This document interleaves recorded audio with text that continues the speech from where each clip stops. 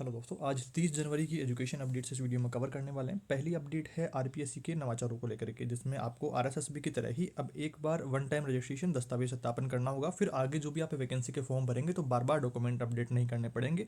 तो ये इन्होंने प्रक्रिया शुरू कर दी है डॉक्यूमेंट्स की, जो कि आपको रिक्रूटमेंट पोर्टल पर ही वेरिफिकेशन से रिलेटेड आपको विकल्प बनाया जा रहा है। और फिलहाल ये है प्रारंभिक स्टेज पे है, जल्दी ही इसको रोल आउट करेंगे।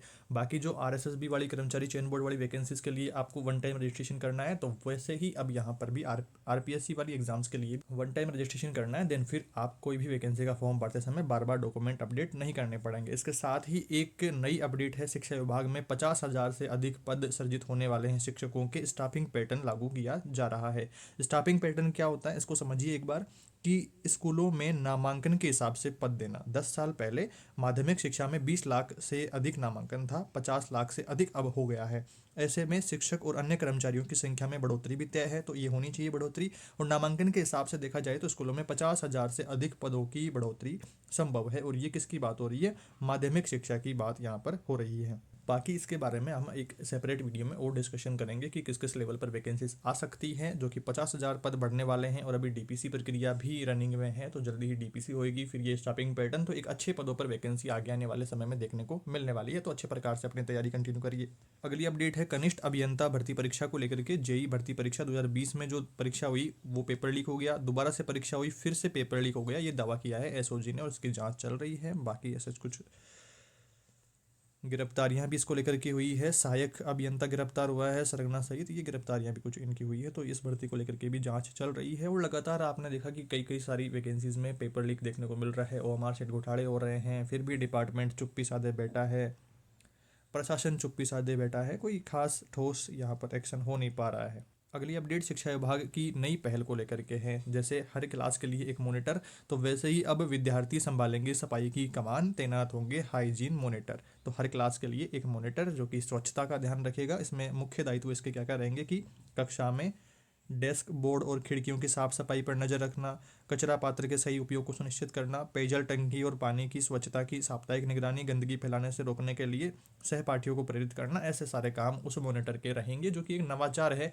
कि हम विद्यालय भवन को साफ सुथरा रखें और सारी चीज़ें सिस्टमेटिक हो सके। और जो स्टाफ है विद्यालय का, उसे भी बढ़ चढ़ करके इसमें हिस्सा लेना चाहिए। कि यार कई स्कूलों में ये देखने को मिलता है कि टीचर्स सिर्फ बजट पर डिपेंड रहते हैं कि आगे से बजट आएगा तब सफाई करेंगे, या आगे से बजट आएगा तब पानी की टंकी को ठीक करेंगे। बट उन टीचर्स की भी काफ़ी अच्छी सैलरी रहती है। अगर वो सैलरी में से थोड़ा कुछ एसएमसी में डोनेट करके या आसपास के लोगों से डोनेट करवा करके और फिर अगर उसका निर्माण करवा देते हैं, तो ये भी एक अच्छा रहेगा। तो शिक्षकों को भी इसमें मिलजुल करके हिस्सा लेना चाहिए और अपनी जो गवर्नमेंट स्कूल्स हैं उनको एक अच्छे डेवलपमेंट के क्षेत्र में लाना चाहिए।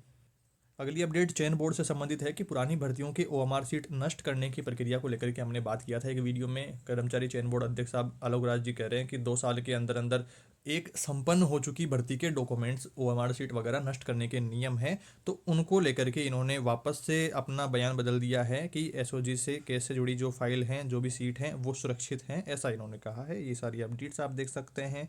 ना कोई मुख्य आरोपी सामने आया, ना कोई फर्जीवाड़ा करने वाले अभ्यर्थी, तो ऐसे ये गोल गोल बातें घुमा रहे हैं फिलहाल। तो बाकी कुछ ऐसे कंफर्म अपडेट्स आ नहीं रही है इधर से। अगली अपडेट है राजस्थान कर्मचारी चयन आयोग के अंतर्गत जो फॉरेस्टर भर्ती हो रही है 259 पदों पर। तो ये भर्ती के लिए 4 फरवरी लास्ट डेट है। और आप जो सीईटी वैकेंसी, सीईटी एग्ज़ाम जिन्होंने पास कर रखा है तो वो आवेदन कर सकते हैं। 4 फरवरी इसकी लास्ट डेट है, तो ध्यान रखेंगे।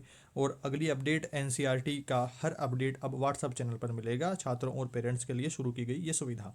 नई पहल इसमें क्या क्या अपडेट रहेगा कि व्हाट्सएप पर ई बुक्स डिजिटल कंटेंट को स्टडी मटेरियल उपलब्ध करवाया जाएगा, जो कि छात्र सीधे लिंक क्लिक करके बिना किसी परेशानी के पढ़ाई से जुड़ी सामग्री छात्रों तक पहुंच जाएगी, जिससे उनकी पढ़ाई आसान हो सकेगी। केंद्रीय शिक्षा मंत्रालय और एनसीईआरटी द्वारा शुरू की जाने वाली इस नई योजना और सर्कुलर की जानकारी भी स्टूडेंट्स अभिभावकों के साथ में शेयर की जा सकेगी।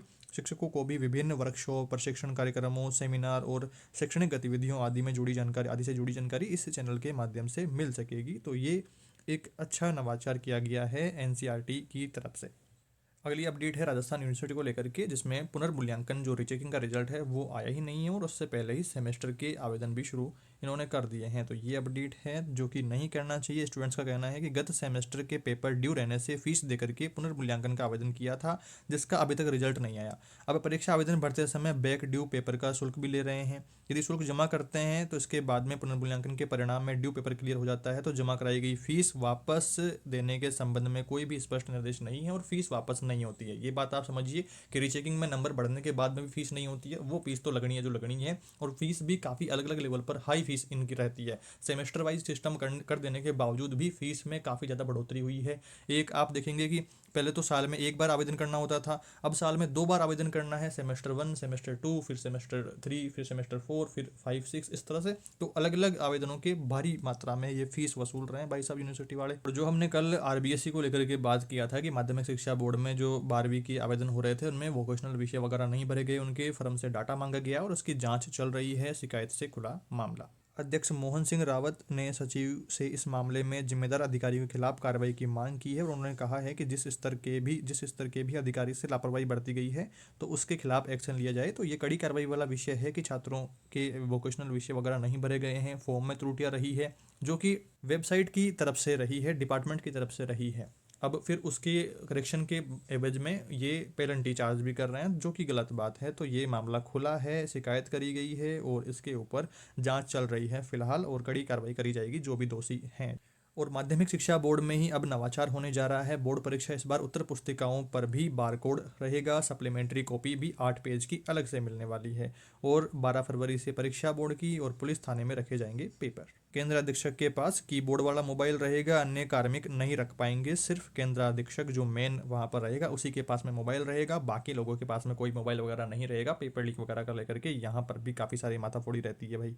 अपन तो देखते हैं वैकेंसी में ही, बट यहाँ पर स्कूल लाइन में भी काफ़ी सारी अलग अलग लीक एक्टिविटीज़ चलती रहती है। अगली अपडेट है स्कूल निरीक्षण से संबंधित। डाइट द्वारा जो अफसर भेजे गए थे 4 अफसरों सहित 16 को नोटिस दिए गए हैं कि उन्होंने टारगेट पूरा नहीं किया, काम पूरा नहीं किया, स्कूलों में गए ही नहीं जहां पर उनको मैपिंग करी गई थी। क्योंकि आप ये देखिए कि स्कूलों की जो निरीक्षण रहता है, स्कूलों का जो निरीक्षण रहता है तो उसमें सही मायने में सारे जो भी फर्नीचर वगैरह चाहिए होता है, कहीं पर कुछ खराबियाँ हैं उनकी जाँच वगैरह। तो अगर अफसर ठीक से काम नहीं करेंगे तो कहाँ से ठीक हो पाएगा मामला। तो ये कार्रवाई इनको नोटिस दिए गए हैं। जैसे प्रयोगशालाओं में कंप्यूटर खराब पड़े हैं, पुस्तकालयों में पुस्तकें उपलब्ध होने के बावजूद स्टूडेंट तक नहीं पहुंच रही है। तो ऐसी जो भी लापरवाहियां हैं उनके खिलाफ नोटिस दिए गए हैं। और ये जो निरीक्षण है तो ये एक पारदर्शिता के साथ में होना चाहिए, सारी जांचें ठीक से होनी चाहिए। तभी हम देखते हैं अलग अलग स्टिंग ऑपरेशंस में देखते हैं कि स्कूलों में चीज़ें ही नहीं हैं, व्यवस्था सारी ठीक से नहीं है। अगर वहाँ पर निरीक्षण नहीं होएगा टाइम से तो डिपार्टमेंट भी लापरवाह, उधर स्कूल में शिक्षक भी लापरवाह, सारा मैनेजमेंट की लापरवाह। तो टाइम टू टाइम जांच अच्छे प्रकार से पारदर्शिता के साथ में होनी चाहिए इनकी।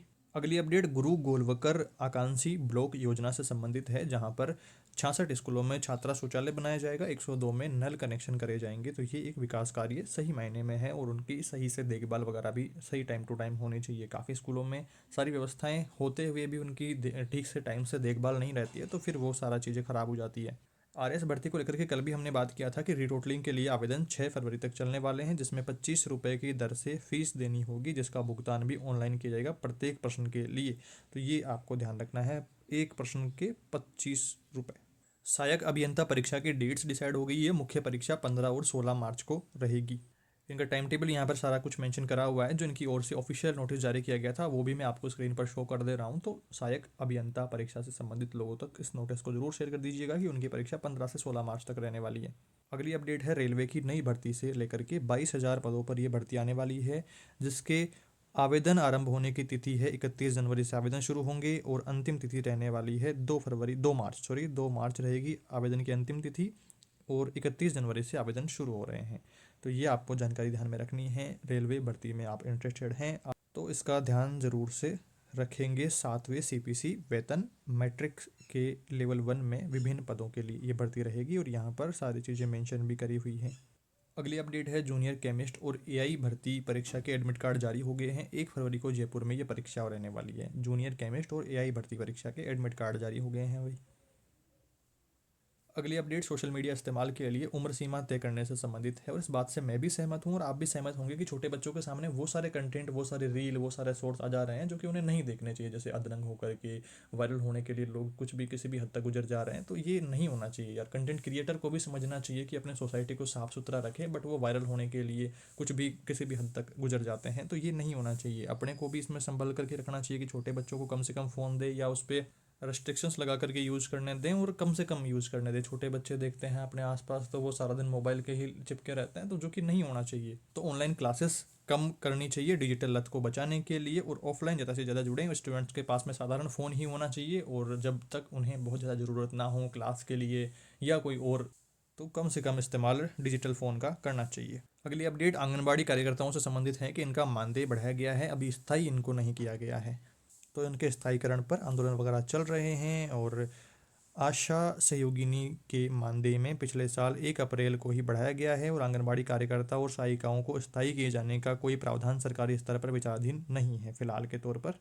अगली अपडेट विशेष शिक्षकों के लिए भर्ती से संबंधित है। केवीएस में केंद्रीय विद्यालय में 987 पदों पर यह भर्ती का नोटिफिकेशन जारी हुआ है, जिसमें कहाँ कहाँ पर भर्तियां हैं देखिए यहाँ पर आपको समझना होगा कि टीजीटी लेवल पर है विशेष शिक्षक जिसमें 493 पद हैं, और पीआरटी लेवल पर भी वैकेंसी है जिसमें 494 पद हैं। तो ये पीआरटी कौन है, बीएसटीसी डीएलएड वाले, और टीजीटी कौन है, जो बीएड वाले, जो पेपर 2 जो सीटेट का पास करते हैं ना, तो वो आते हैं इसमें टीजीटी में। पीआरटी में आते हैं जो सीटेट पेपर 1 पास करते हैं।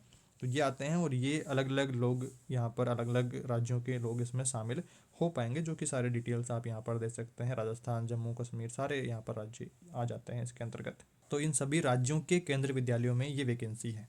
अगली update Rajasthan state industrial development limited से है। तो 12वीं पास से लेकर के डिग्री डिप्लोमा वालों के लिए भी भर्ती का मौका है, और इन्होंने अपने अलग अलग विभिन्न पदों पर भर्ती के लिए अधिसूचना जारी कर दी है। इस भर्ती के लिए 20 फरवरी तक ये आवेदन चल रहे हैं। कंपनी सचिव, सहायक नगर नियोजन, प्रोग्रामर का 1 पद, सहायक लेखाधिकारी द्वितीय के 21 पद, इस तरह से अलग अलग पदों पर ये भर्ती रहने वाली है। तो अगर आप इंटरेस्टेड हैं तो इनकी वेबसाइट पर जाकर के सारी डिटेल्स इनके नोटिफिकेशन से पता कर लेंगे।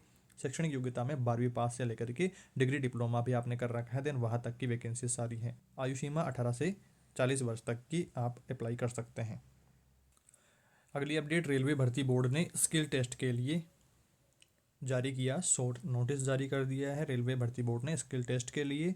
और ये इसमें टाइपिंग स्किल टेस्ट देने वाले अभ्यर्थियों को टाइपिंग के लिए हिंदी और अंग्रेजी भाषा का विकल्प चुनने का अवसर दिया है, और ये विकल्प अभ्यर्थियों को 3 फरवरी की शाम 7 बजे तक भरना होगा। विकल्प नहीं भरे जाने की स्थिति में टाइपिंग टेस्ट की भाषा अंग्रेजी ही उनको ऑटोमेटिकली दे दी जाएगी।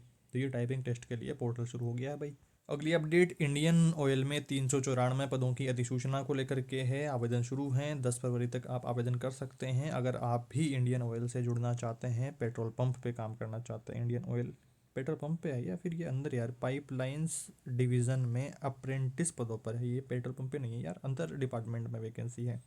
तो इसमें आप अप्लाई कर सकते हैं। कुल 394 पदों पर है, और चयनित अभ्यर्थियों को 12 माह की अप्रेंटिस ट्रेनिंग दी जाएगी। और आवेदन प्रक्रिया 28 जनवरी से शुरू होकर के 10 फरवरी तक ये चलने वाली है।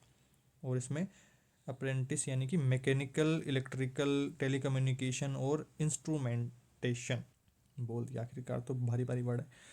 Trade apprentice, assistant HR, accountant, ये सारी भर्तियां रहने वाली हैं। तो आप अप्लाई कर सकते हैं जो भी इंटरेस्टेड हैं। अगली भर्ती है हेल्थ मिशन फार्मासिस्ट के 200 पदों पर निकली भर्ती। 7 फरवरी तक ये आवेदन चल रहे हैं, तो आप लोग कर सकते हैं जिन्होंने भी फार्मासिस्ट के कोर्सेज कर रखे हैं। अब ये अलग अलग कोर्सेज रहते हैं, जैसे ही यहाँ पर आप आके देखेंगे तो 200 पदों पर इस भर्ती के लिए उम्मीदवारों के लिए फार्मेसी से जुड़ी योग्यता जिनके पास में है तो वो अप्लाई करेंगे। और चयन बोर्ड की लेब असिस्टेंट भर्ती के फॉर्म भी शुरू हो गए हैं। 800 से अधिक पदों पर आवेदन शुरू हैं। विज्ञान, गणित और भूगोल के विषय जरूरी यहाँ पर रहेंगे। और ये जो वैकेंसी इसके फॉर्म शुरू हो गए हैं 12वीं पास, ये नॉन सीईटी वैकेंसी है, इसको भी समझना है कि इसका हर कोई 12वीं पास उम्मीदवार फॉर्म भर सकता है। और ये फॉर्म आपको SSO ID से लॉगिन करके भरना होगा। पोस्ट वगैरह आप यहाँ पर देख ही पा रहे हैं कि माध्यमिक शिक्षा ग्रेड 3 में 500 वैकेंसी है, लेब असिस्टेंट के लिए 32, ये अलग अलग यहाँ पर अलग अलग विभागों की वैकेंसीज ये हैं। अगली अपडेट NTPC अंडर ग्रेजुएट भर्ती को लेकर के है कि इनका कंप्यूटर आधारित टेस्ट 13 फरवरी को रहने वाला है। तो ये तो कंप्यूटर टेस्ट की तैयारी इनकी चल रही है। परीक्षा तिथि से 4 दिन पहले जारी किए जाएंगे इनके ई कॉल लेटर। ये थी साथियों आज 30 जनवरी की कुछ महत्वपूर्ण खबरें।